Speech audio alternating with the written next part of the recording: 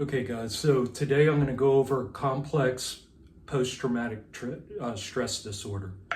I know a lot of people have been to therapists, they've been to retreats, they've been to their school counselors, and other forms of therapy. And the problem with a lot of these therapies is they want to blame it all on you and say your past is your past, get over it, and move on.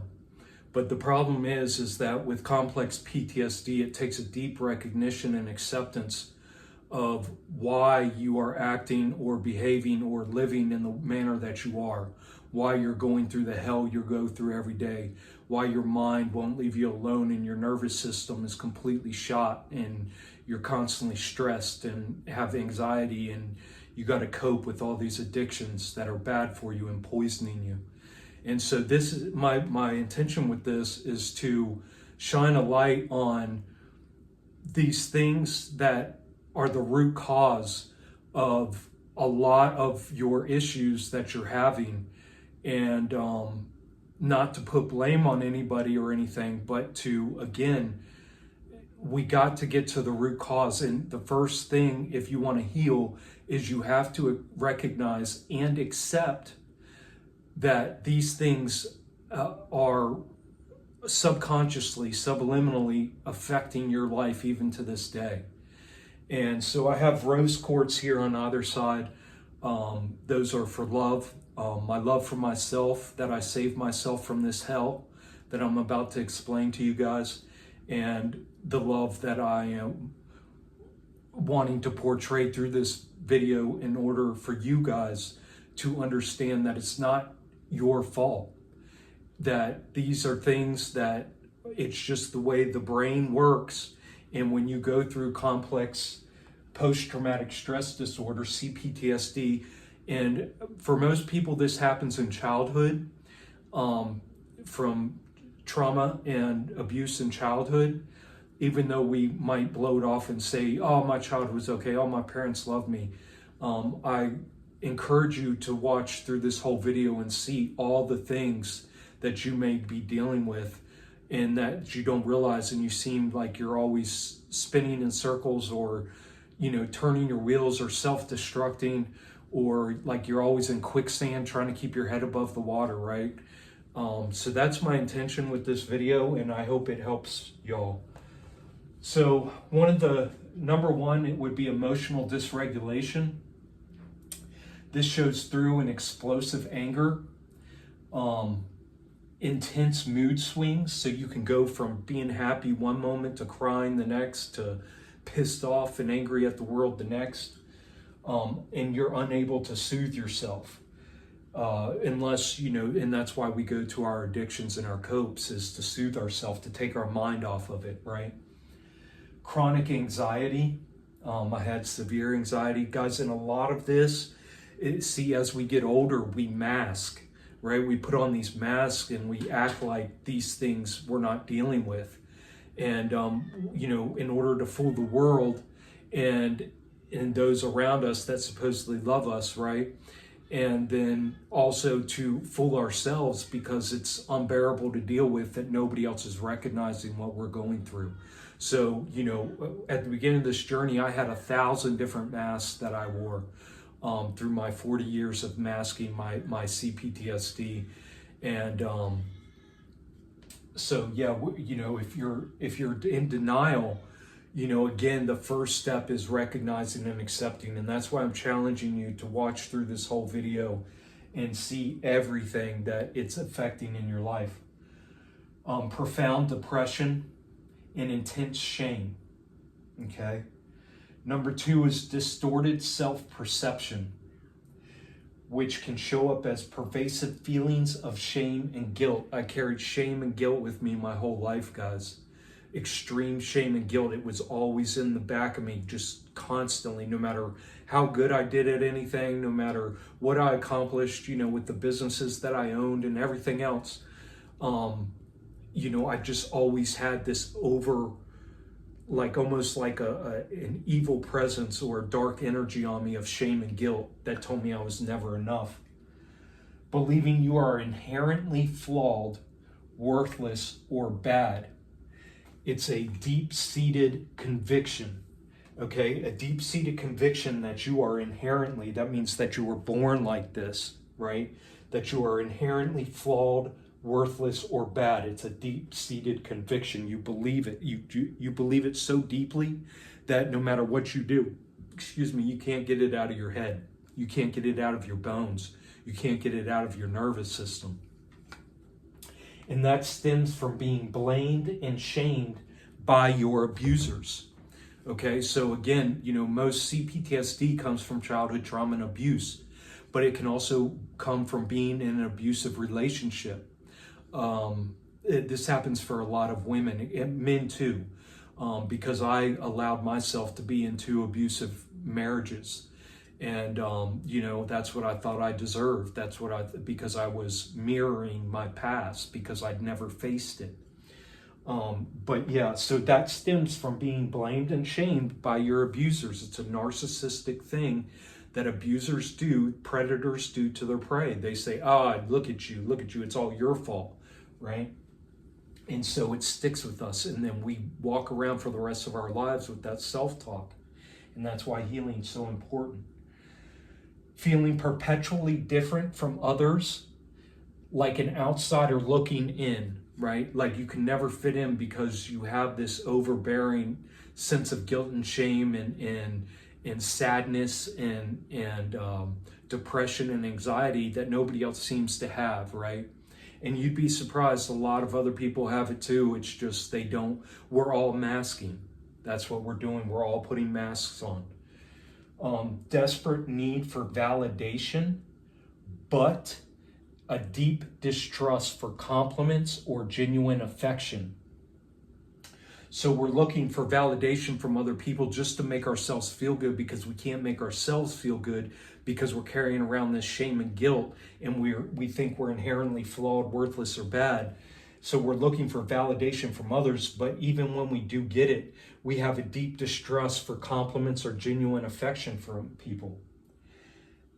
Your inner critic is a relentless tormentor. So you're constantly tormented by your inner critic. Everybody else can be going, patting you on the back, going, good job. And you're just like, you might smile or whatever and be like, thank you. But you're inside, you're just like, your inner critic is just tormenting you nonstop.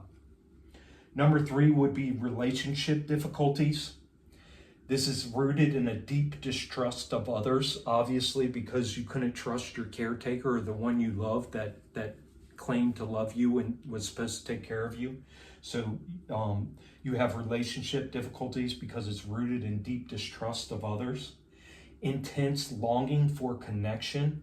Again, you intensely want to connect with others because you can't love yourself. You've never learned what love is, and you don't love yourself, and therefore you're unable to love others. If we can't love ourselves, if we don't know what love is, how do we love others, right? So it's all, coming from a place of looking for that love and connection from others, which gets us in trouble in abusive relationships and friendships. Overwhelming fear of abandonment or betrayal. And yes, I just farted.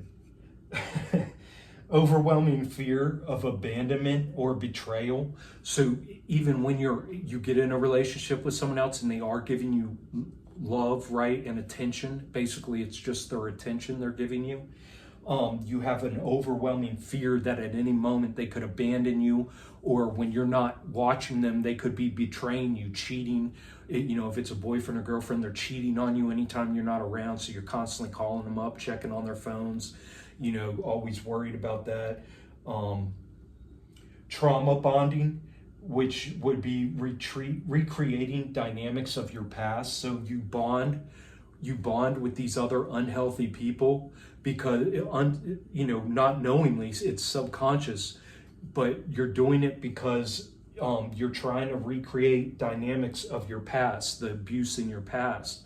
So you're literally putting yourself through these abusive things again, subconsciously, not on purpose, but subconsciously, because that's what your mind is programmed to do. because you haven't healed. Drawn to emotionally unavailable partners.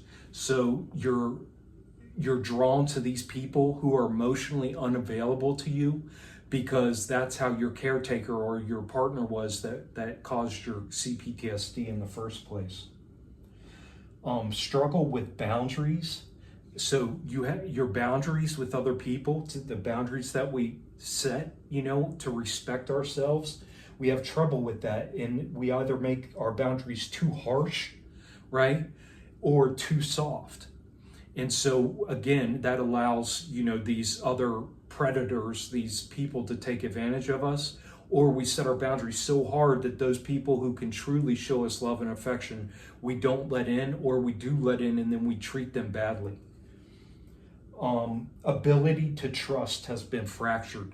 So, we're supposed to trust our caretakers in the case of childhood. We're supposed to trust our parents, and our parents betrayed us, right? And because they betrayed our trust as children, we have a fractured sense of trust, so we can't trust anybody.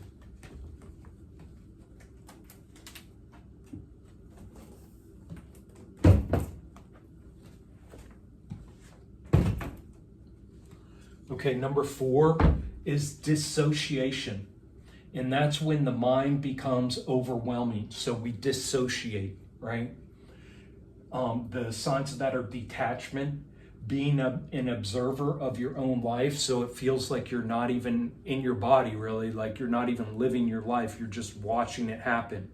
Again, that's because of the subconscious programming that you're running off of, because you never recognized and accepted what happened and why you are the way you are, and you never healed from that.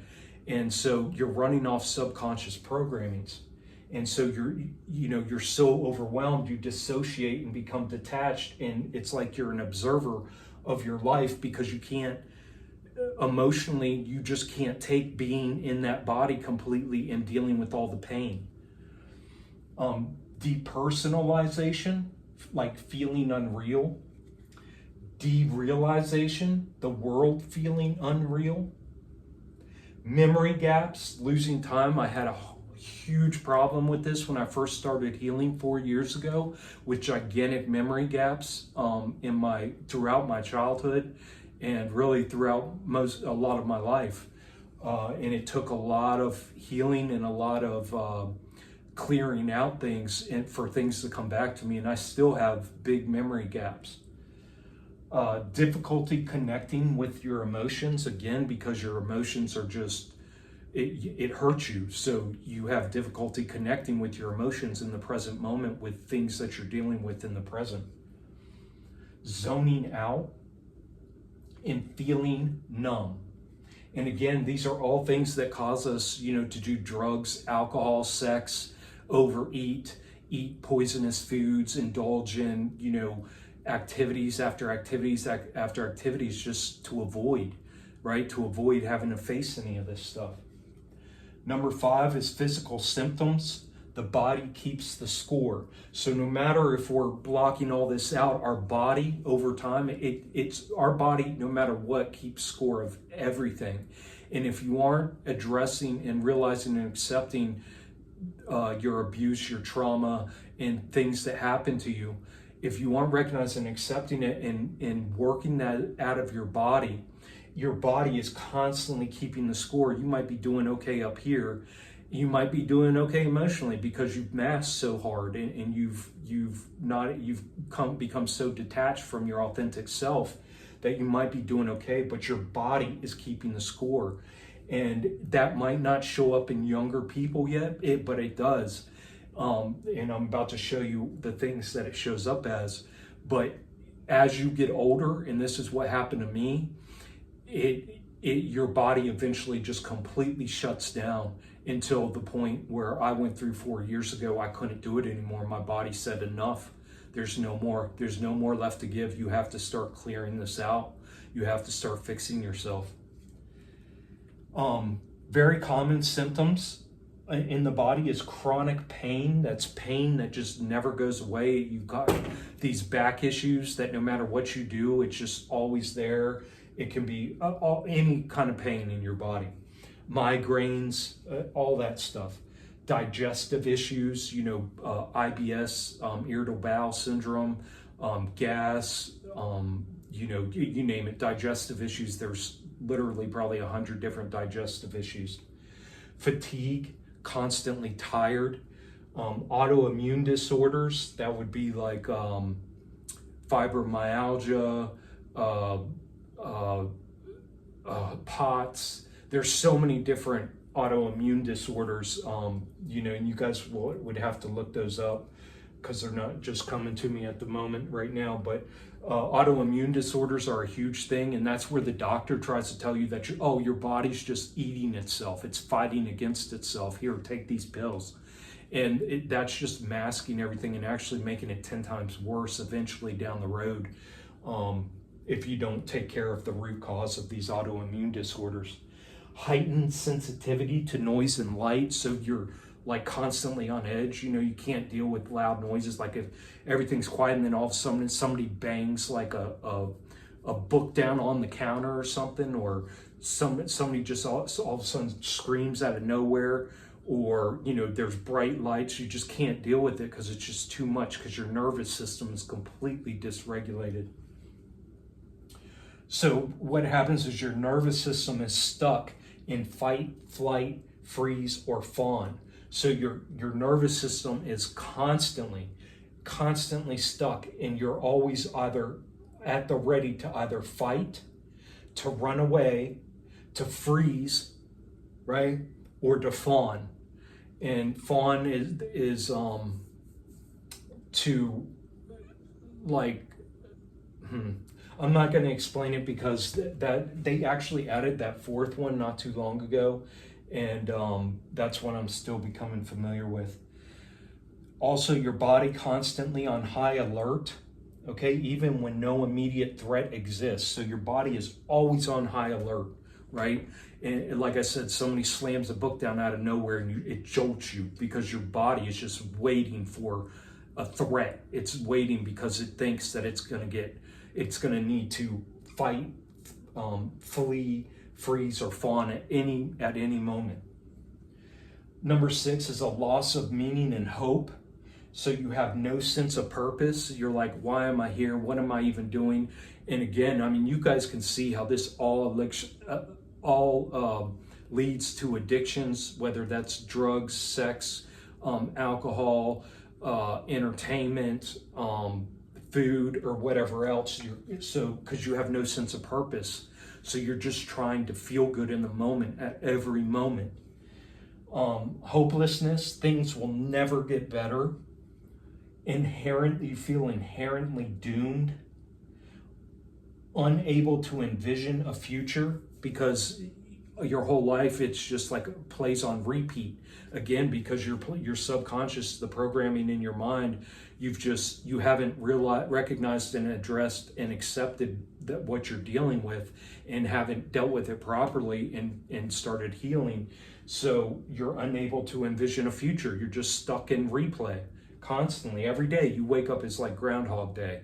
Okay, what the fuck's gonna happen today? Who's gonna hurt me today? What do I have to do to fuck somebody over today to feel good? What kind of copes, what kind of addictions? You're constantly looking on your phone. Okay, is my drug dealer? Let me check out my drug dealer, get my pills.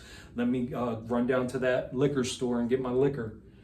And whatever you can to take your mind off your complete, the hell you're living in. Inability to experience joy or pleasure.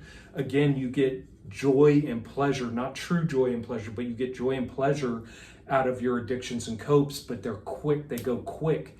And the things about addictions and copes is, let's say, like for a drug addict, at first they only need one little bump, and then next thing they need a little line, and then the next thing they need 2 lines, and then next thing they're on a full-blown all day long just lining it up, right? Because these false ways of dealing with these issues is, it only works for a short amount of time, and then the body adjusts, and where you needed this much before, now you need this much, then you need that much, then you need that much. And that goes with food, that goes with sex, that goes with anything. Trapped by the past, again, you're just trapped. You're trapped in the circle, spinning in circles. And you question your existence. Why am I even here?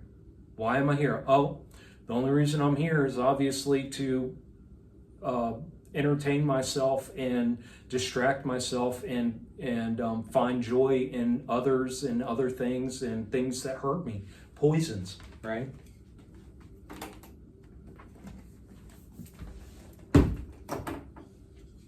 Okay, number 7, shame, guilt, and self-blame. This one's huge. This one was huge. This one almost killed me over and over and over again in my life. I was suicidal, and it was because of my shame, guilt, and self-blame that I never addressed, because I always looked at my past and said, because it's the kind of people I grew up around, and this is how I was taught to deal with these things, was, oh, your past is your past. Oh, everybody had a rough childhood. Oh, everybody had it rough. Why are you complaining? Who are you to say you're worse? You had it worse than others. What doesn't kill you makes you stronger, right? And so by just using those excuses and never addressing the root cause and facing these things and healing from them, you're constantly stuck in shame, guilt, and self-blame. And you justify it by saying you deserved your abuse and you are inherently bad, and that's why I deserve to be abused. And why we do that is to try to make sense of the unimaginable trauma and abuse that we went through. So we have to tell ourselves, well, I deserved it. I was a bad kid. I didn't listen. I acted out. I didn't do everything my mom or dad told me to do. I didn't.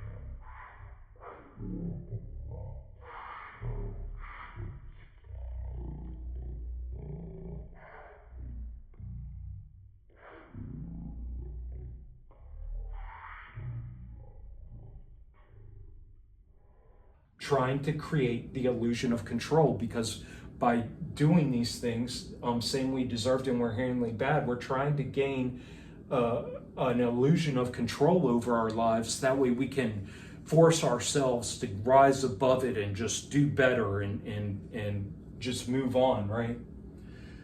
The victim takes on perpetrator's perspective. So again, we take on, as victims of CPTSD, we take on the perpetrator's perspective of us.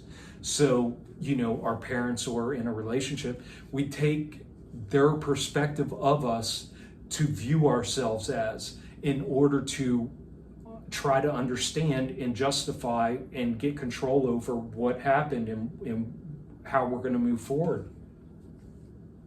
Self-condemnation makes healing incredibly challenging. Self-condemnation, so that's where you're constantly just saying, oh, it's my fault. Oh, I'm to blame. Oh, I'm so bad. Oh, God, I never get anything right. And that makes healing incredibly challenging because it prevents you from seeking help or even acknowledging your pain. And again, guys, I know a lot of you have gone to counseling, whether it's through your school or, a psychologist or whatever else. And a lot of a program, let's say a rehabilitation program. And these counselors most of them are abusers themselves. And whether they realize it or not, because what they do when you go in there and start talking about or attempt to talk about your childhood, they're going to be like, hold on right there. No, your past is your past. What didn't kill you made you stronger. And they put it all on you. And then instead of addressing these things the way they're supposed to in a healthy way and pointing to the root cause of your issues, they just go, no, it's you. You're not trying hard enough. You're playing the blame game. It's you, right? And that's what happened to me when I finally, about 12 years ago, when I went through that traumatic brain injury and I moved in with my brother, and I went to see a psychologist for the first time, and he sat in the chair, and within 2 minutes, his eyes were closed and he was falling asleep while I was talking about my childhood. And all I brought up was, yeah, I really, every time I hit my head, because I have a history of traumatic brain injuries, and I told him every time I would hit my head, that immediately all of my childhood trauma and abuse would get played. And I didn't even call it that. I said just my childhood, because I didn't even know or recognize or accept that it was trauma and abuse at the time. And so I just told him, I was like, every time I hit my head, it's like uncontrollable. My childhood just plays back in my head, and it puts me in fear, and I'm scared to death. There's got to be something going on. And like he was falling asleep, in his chair, and he'd be like, yeah, okay, so yeah, you had this, and okay, and what else? And then he'd just fall asleep again. And I went to him once. I might have went to him twice, but I don't think I did. I think I might have went just once. And I was like, well, this is getting me nowhere. And so I never faced that again until, that was like 12 years ago. And I never faced that again until 8 years later, when I finally had that other traumatic brain injury. And I didn't have a choice. I had to face these things. And I had to do it on my own. I never went to a counselor or anything. I had to figure all this stuff out on my own. Also, one more thing, guys. All of this I got off of a YouTube video, and I'm going to post that in the description below. I'm going to try. If not, I'll put it in my posts under the channel. But I'll try to put it in the description underneath, so that way you can watch that video if you want. But guys, I'm letting you know right now that, that video just goes, this is basically an outline of that video. And, if you want real help, I can give you guys some excellent YouTube counselors that will shoot you, propel you on your healing journey. So number 8 is difficulty with self-compassion and self-care. Your self-worth was systematically eroded as a child. So, we were born pure, we were born loving, we were born intelligent, we were born in all these ways, but our controllers, the people who are supposed to love and take care of us and provide for us and give that love to us and show us how to properly be, systematically eroded our self-worth. You neglect your basic needs. It's very hard for you to take care of yourself in the proper way, besides drugs, alcohol, sex, or food, whatever your addictions or copes are, video games, entertainment, whatever it may be. You neglect your basic needs, and you are addicted to these things because that's, you're poisoning yourself because that's all you know how to do.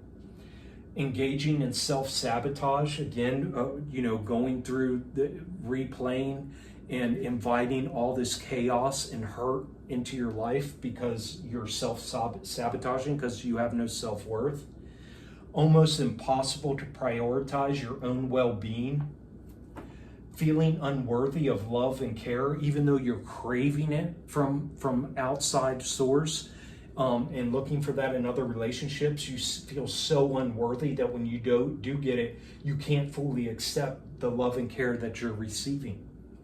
And then for a lot of us, we end up treating those people who are trying to show us that true love and care, we treat them badly. And then we feel bad about it, and we don't know why we're doing it. One part of you desires nurturing, but the other part feels that you don't deserve it, right? So number 9 is pervasive feelings of emptiness.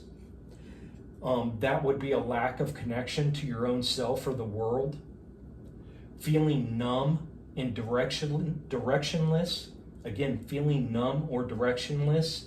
And again, I mean, you guys can see how all of this leads to coping and addictions.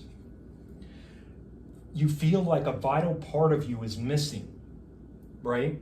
Which leads to a desperate search for external stimulation, copes and addictions, or feeling constantly unfulfilled, no matter what you achieve or experience.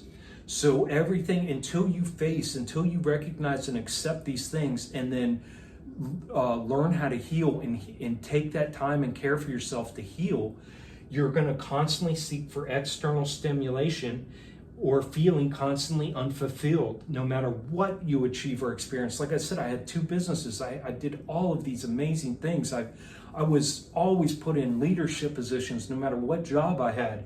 But I always felt like I had to do more. I had to do more, because that sense of accomplishing something only lasted for like a day or a week at the most, maybe. And then I was right back into feeling like I had to do more to get more validation and achieve and experience, more love. Number 10 is difficulty with boundaries. It's hard for us to say no. It's hard to protect our own space and time. So we're literally like open to anybody and everything. We have no boundaries. We become people pleasers. We want to please other people because that's what we did with our parents. We learned how to people please,